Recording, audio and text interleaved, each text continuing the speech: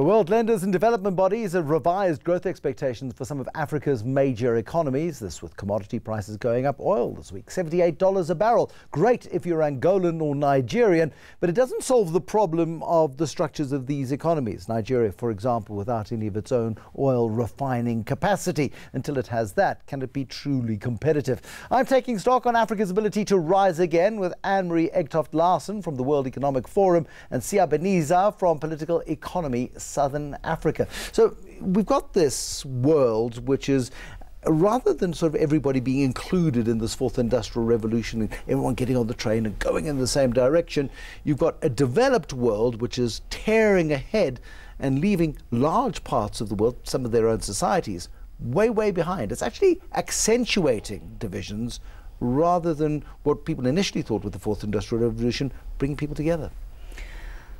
Unless we do something else, yes, that might well be the case. We're seeing the fractures in societies, both in Western countries and in the global South. Those fractures are becoming bigger and bigger. We're seeing inequality at a rise and coming to a level now where we're also seeing the social aspects of it, the social negative aspects of it.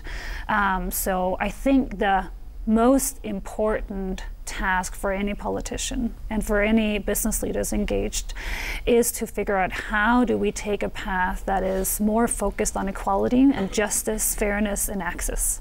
How do we do inclusive growth, as we call it at the World Economic Forum, which is to say economic growth is important, but it has to have a social human face. But what that takes is real work. It's much easier, is it not, Sia, to pay lip service? No, the fourth industrial revolution, technology is going to solve everything.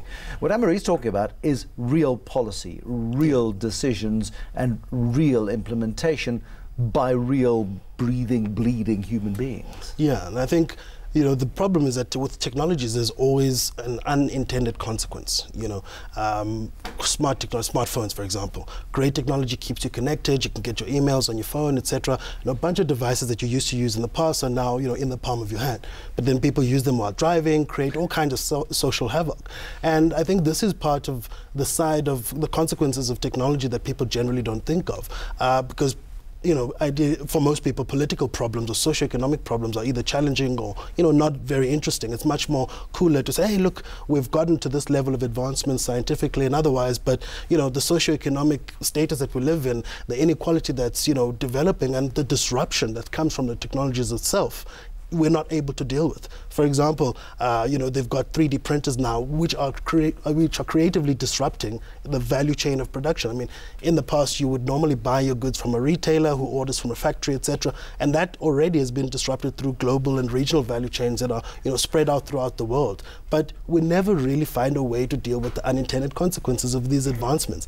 And I think it needs, for people who are at the innovation edge, they need to also be considering the, you know, the consequences of some of the advancements that they're pushing. If we leave 3/4 of the world behind, or maybe more than that, Anne-Marie, I mean, I don't know what your World Economic Forum statistics tell you, but there's a very real risk of a large proportion of the world being left behind, which creates huge problems for those that think they're ahead.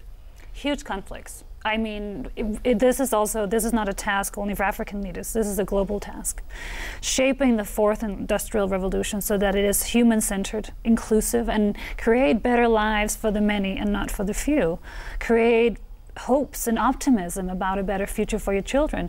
That is, I think, a global task. But are we going in a direction that is not, you know, we talk about that's what it should do, but in reality, human nature is such that those who have access to the assets that will make them richer and more powerful simply retain it rather than share it. I see a bottom-up movement that really encourages me and that makes me optimistic on many behalves. Yesterday, I was together with about 20 young entrepreneurs from various African countries, showcasing how they are taking technology, and not just to play what we would call a silly game on the smartphone, but using technologies to increase the livelihoods of smallholder farmers, to have better health access, using these technologies to create growth, jobs, prosperity.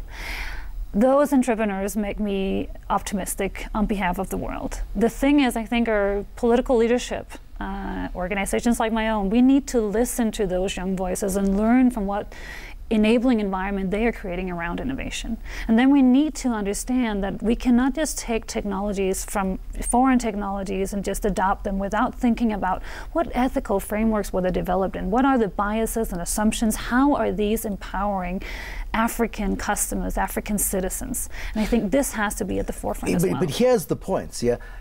Nobody really cares except people in Africa who, frankly, many people are simply struggling to survive on a daily basis and don't have time to apply their minds to what is going to be required out of this fourth industrial revolution. So who's going to lead it from our perspective as Africans? Yeah, look, I think in as much as there are these challenges and problems that come with technological advancement and innovation, etc., it does present a new world. And I think what our leaders and everybody needs to understand is, just like the economy is developing, you know, like we're moving away from where things were produced in one country, they're now produced all over the globe. You get parts from different places and they're assembled elsewhere, etc. The same is going to apply to the way in which people develop. And we're already starting to see this, the rising importance of cities, for example, which in many cases overshadows the national state. So what is happening is there's some sort of decentralization of both power as a result of economic and technological advancements, which is enabling people to be self-empowered. And I think there's also an ethic that's coming with it that wasn't there before, you know, with the advancements of capitalism under colonialism, etc.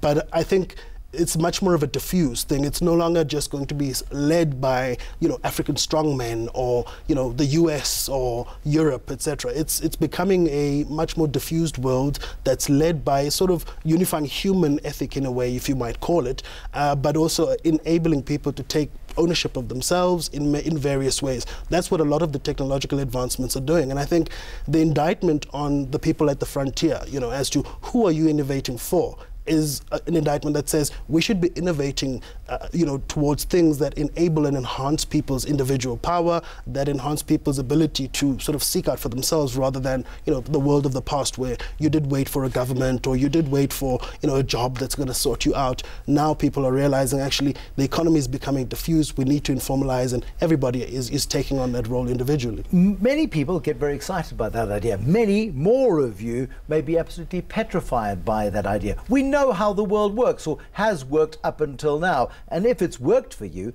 that's been great. For far too many, however, the world has not worked and won't work in the future unless we harness these technologies better. More in a moment.